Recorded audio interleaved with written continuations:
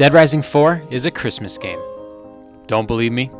Well, 1, here's the box art, and 2, the official trailer for the game. Here's a PlayStation 4 version that dropped. Good enough for you? Dead Rising began as a game where you, Frank West, are covering the Willamette incident in Colorado on the crisp afternoon of September 19, 2006. Frank is a journalist who wanted to cover what was actually happening at the mall, as the government simply wanted to paint the incident as a riot that broke out.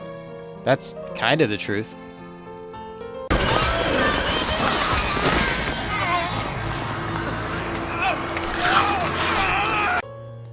The game has a pretty serious tone, dealing with people's struggles with the zombie apocalypse and how they would handle it. There are people who need help in rescuing, and some psychopaths that need to be smacked down like a rabid animal.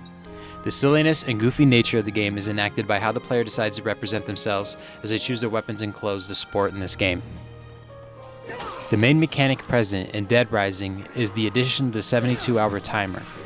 The game takes 6 seconds to 1 in-game minute. What this allows for is for the player to be able to choose and pick which expiring missions they want to complete. Missions that run out of time and expire cannot be completed in that playthrough and must require a new game or rebooting an old save. This allows the player to make decisions on what weapons and gear they want to grab, along with what missions and survivors they want to rescue when running through the game. This mechanic creates a panic in the player to be able to complete the game over and over again, building Frank up and leveling him up so that he has the necessary skills and health points to take down more and more inside the mall. Dead Rising 2 is the sequel that nobody knew they needed, but are grateful to have. Expanding on the mall of the first game, Dead Rising 2 is featured in Fortune City, a parodied version of Las Vegas outside of Las Vegas that features Las Vegas attractions. There's a hotel, a strip mall, and an arena that features Terror is Reality, a game show that features the extremely ethical way to put zombies out of their misery.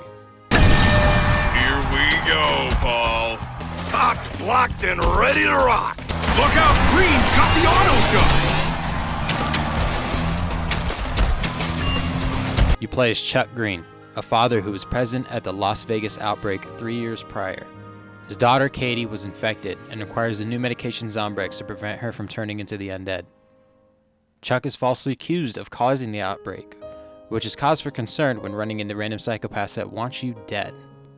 Chuck is powered by a desire to clear his name and to protect and save his daughter at all costs.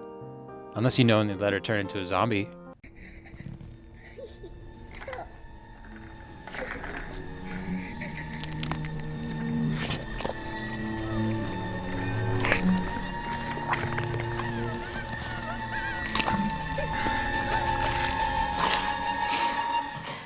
Katie?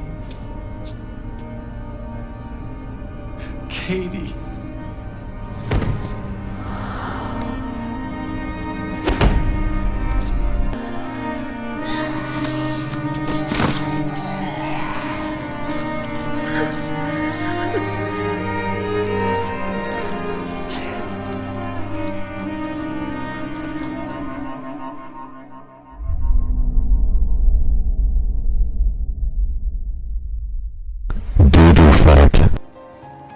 Dead Rising 3 is the first game to make the generational leap, as Microsoft was able to obtain the rights to make it exclusive to the Xbox One platform. With the whopping teraflops of power that Xbox One boasted, Dead Rising 3 became a true open-world game, as the power of next-gen is unlocked in Los Perdidos, a southern California city that looks normal on the outside, but is really just Fresno when you look close enough. Caleb 3. The seamless transitions across different sections of the city eliminate the need for loading screens, as you use modified vehicles to drive across different sections of highway to slay zombie and master the art of achieving leaderboard numbers and kills. The third installment features another new protagonist, Nick Ramos, an orphan who grew up to become a mechanic, remembering next to nothing about his childhood while also bearing the tattoo of the number 12 on his neck. Nick faces imminent doom as the outbreak prompts a nuclear bomb that will eradicate all life in the city, unless Nick can figure out a way to rebuild a military plane to escape the city, as he discovers that his blood contains the cure for the zombie infection. The game, as the ones before, is another serious plotline that can be made silly by the player with weapon and clothing decisions that are left up to the player.